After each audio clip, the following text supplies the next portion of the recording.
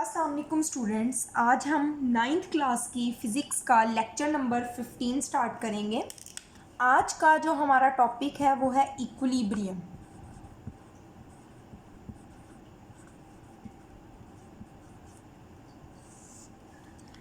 अच्छा, तो स्टूडेंट्स सबसे पहले हम देखते हैं इक्विलिब्रियम की डेफिनेशन क्या है। स्टूडेंट्स, इक्विलिब्रियम जो है ना, वो एक बॉडी को तब कहा जाता है अगर उस पर कोई भी नेट फोर्स ना लग रही हो। हम कहेंगे कि एक बॉडी जो है वो इक्विलिब्रियम में कब होती है, जब नो नेट फोर्स, जब उस पर कोई भी नेट फोर्स अमल ना कर रही हो, तो हम ऐसी बॉडी को कहेंगे कि वो किस स्टेट में है, इक्विलिब्रियम की हालत में है। तो a body is set to be in a state of equilibrium, एक जिस्म को इक्विलिब्रियम की हालत में कहा जाएगा if no net force acts on a body, अगर उस जिस्म पे कोई नेट फोर्स अमल ना कर रही हो। अब स्टूडेंट्स, हम पढ़ते हैं न्यूटन्स का फर्स्ट लॉ। न्यूटन्स का फर्स्ट लॉ हम पढ़ चुके हैं। न्यूटन्स के फर्स्ट लॉ में हमने क्या पढ़ा था? हमने पढ़ा था कि एक बॉडी रेस्ट में है तो वो रेस्ट में ही रहती है। एक बॉडी यूनिफॉर्म मोशन में है तो वो बॉडी यूनिफॉर्म मोशन में ही रहती है तब तक जब तक उस पर कोई नेट फोर्स अमल ना कर रही हो। नो नेट फोर्स, जब तक उस पर कोई नेट फोर्स अमल ना कर रही हो तब तक हम कहेंगे कि वो जिस्म जो है वो क्या है, वो इक्विलिब्रियम में है, क्योंकि उस पर कोई भी नेट फोर्स अमल नहीं कर रही। तो इसका मतलब ये है कि एक जिस्म रेस्ट में है या यूनिफॉर्म मोशन के साथ स्ट्रेट लाइन में हरकत कर रहा है, तो ऐसे इत्साम को हम क्या कहेंगे, वो बॉडी इक्विलिब्रियम है। सबसे पहले हमने देखा डेफिनेशन। डेफिनेशन में हमने क्या देखा? डेफिनेशन में हमने देखा बॉडी इक्विलिब्रियम में तब होती है जब नेट फोर्स नहीं लगती। फिर कब नेट फोर्स नहीं लगती?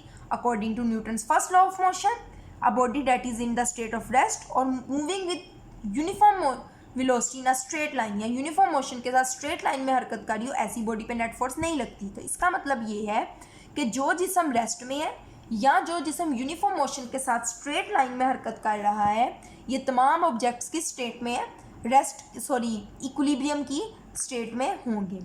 अब स्टूडेंट, हम पहले रेस्ट वाले की एक एग्जांपल पढ़ते हैं।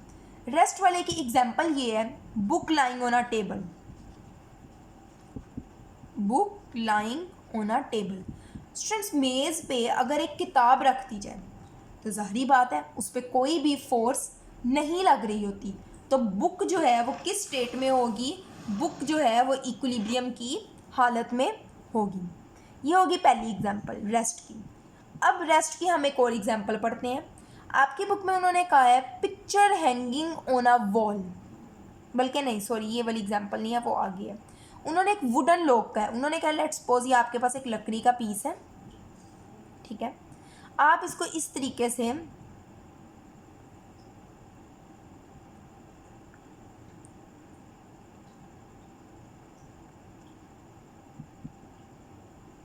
ठीक है, इस तरीके से आपने बांधा हुआ है। अब इस रस्सी पे ऊपर की तरफ फोर्स लग रही है, ठीक है, F1, लेट्स सपोज इधर लग रही है F2, लेकिन इसका वेट क्या लग रहा है? नीचे की तरफ। लेट्स सपोज स्टूडेंट, अगर ये 2 न्यूटन होगा, ये 3 फॉर एग्जांपल है, या चले हम सेम भी कर लें, ये अगर 3 न्यूटन है, लेट्स सपोज ये भी 3 है, तो ये वेट कितना होगा? 6 न्यूटन। तो देखें इक्वल फोर्सेस लग रही, 3 + 3, और इस तरफ 6, ऊपर की तरफ भी टोटल 6 होगी, नीचे की तरफ भी। तो ये जो होता है, ये वुडन लॉक को स्ट्रिंग के साथ जो सपोर्ट किया गया है, जो अपवर्ड रिएक्शन इसका है, वो एक दूसरे को कैंसिल कर देते हैं। तो ऐसी सिचुएशन में ये बॉडी क्या है? रेस्ट में है, उस पर कोई नेट फोर्स अमल नहीं कर रहे। देखिए 6 - 6 0 हो गया, ठीक है। तो book lying on a table rest वाले पार्ट की सेकेंड एग्जाम्पल हो गई, ठीक है स्टूडेंट। अब हम यूनिफॉर्म मोशन वाले की एग्जांपल देखते हैं। यूनिफॉर्म मोशन वाले में भी उन्होंने कहा है रिजल्टेंट फोर्स जो है वो 0 होती है, हमने न्यूटन के फर्स्ट लॉ में पढ़ा था। इसमें उन्होंने कहा है, एग्जांपल जो दी है, car moving on levelled road, ठीक है। एक हमवार जो जगह होगी उस पर अगर एक कार मूव कर रही हो तो उसकी मोशन भी क्या होगी? यूनिफॉर्म मोशन होगी। यूनिफॉर्म मोशन होगी मीन्स उस पर कोई भी फोर्स नहीं लग रही, रिजल्टेंट फोर्स नहीं लग रही, नेट फोर्स नहीं लग रही, तो इसका मतलब है बॉडी क्या है? इक्विलिब्रियम की हालत में। ये पहली एग्जांपल। दूसरी एग्जांपल उन्होंने दी है एरोप्लेन की, एरोप्लेन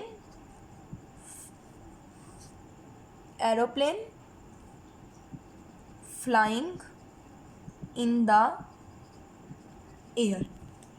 अब स्टूडेंट्स एक दफ़ा दोबारा देख लें। सबसे पहले हमने इक्विलिब्रियम की डेफिनेशन देखी कि एक बॉडी इक्विलिब्रियम में तब होती है जब उस पर कोई भी नेट फोर्स ना लग रही हो।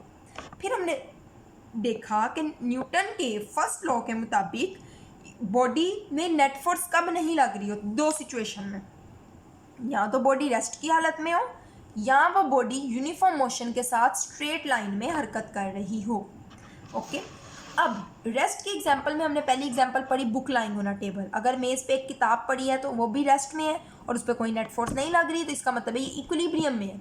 सेकंड हमने पढ़ी कि एक वुडन लॉग है, उसको इस तरीके से स्ट्रिंग के साथ सपोर्ट किया गया, उनका रिएक्शन जो है वो वेट को रिएक्शन कैंसिल कर रहा है, नेट फोर्स जीरो लग रही है, तो ये भी क्या है, इक्विलिब्रियम की हालत में।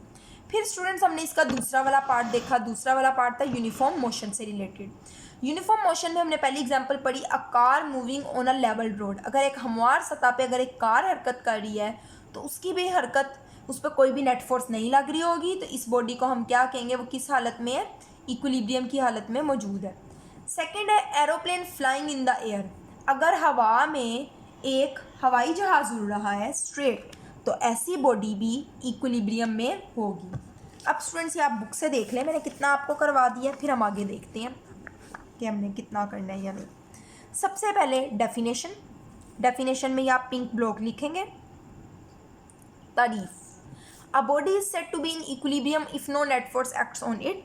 एक जिस्म को इक्विलिब्रियम में कहा जाता है अगर उस पर नेट फोर्स अमल ना कर रही हो। ठीक है, फिर स्टूडेंट्स आप यहाँ पे न्यूटन फर्स्ट लॉ की हेडिंग बना लेंगे। आप लिखेंगे Newton first law of motion tells us that a body continues its state of rest और of uniform motion in a straight line if no resultant on net force acts on it. एक जिसम rest या uniform motion में हो तो ऐसी situation पे उस पर नेट फोर्स नहीं लग रही होती, मीन्स फोर्स जीरो होती है। अब आपने यहाँ पे हेडिंग बनानी है रेस्ट की एग्जाम्पल देंगे। For example a book lying on a table, मेज़ पे पड़ी और एक किताब, और a picture hanging on a wall, या दीवार पे अगर एक तस्वीर भी लटकाई गई है, are at rest. The weight of the book acting downward is balanced by the upward reaction of the table. मेज़ पे पड़ी किताब का वजन नीचे की तरफ लग रहा है और वो ऊपर लगने वाले रिएक्शन से बैलेंस हो रही है। हमने न्यूटन के थर्ड लॉ में पढ़ा था। आगे second, consider a log of wood of weight W। एक लकड़ी का पीस फर्ज करें जिसका वजन कितना है, W है।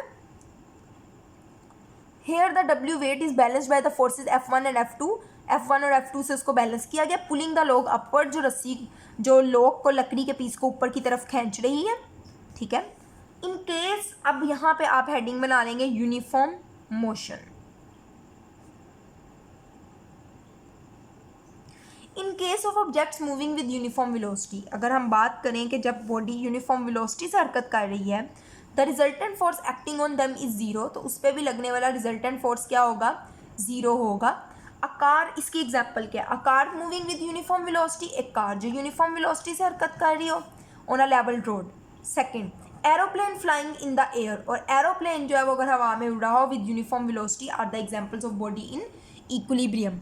और एंड पे आप इस तरीके से एरो लगा के ये लाइन भी लिख देंगे, अब body in equilibrium thus remains at rest और मूव्स विद यूनिफॉर्म वेलोसिटी। तो इन बातों से साबित होता है कि एक जिस्म या तो रेस्ट की हालत में होगा या यूनिफॉर्म वेलोसिटी के साथ हरकत कर रहा होगा, तो तब हम कहेंगे कि बॉडी जो है वो इक्विलिब्रियम की हालत में मौजूद है। स्टूडेंट्स ये आपने पूरा करना है, ये लॉन्ग क्वेश्चन भी आ जाते हैं। उसके बाद जो अगला टॉपिक है वो है conditions for equilibrium. Student conditions जो है वो दो हैं, एक है फर्स्ट कंडीशन फॉर इक्विलिब्रियम, एक है सेकंड कंडीशन फॉर इक्विलिब्रियम। इंशाल्लाह इसको हम कल कंटिन्यू करेंगे। आज के लिए इतना ही, अल्लाह हाफिज़।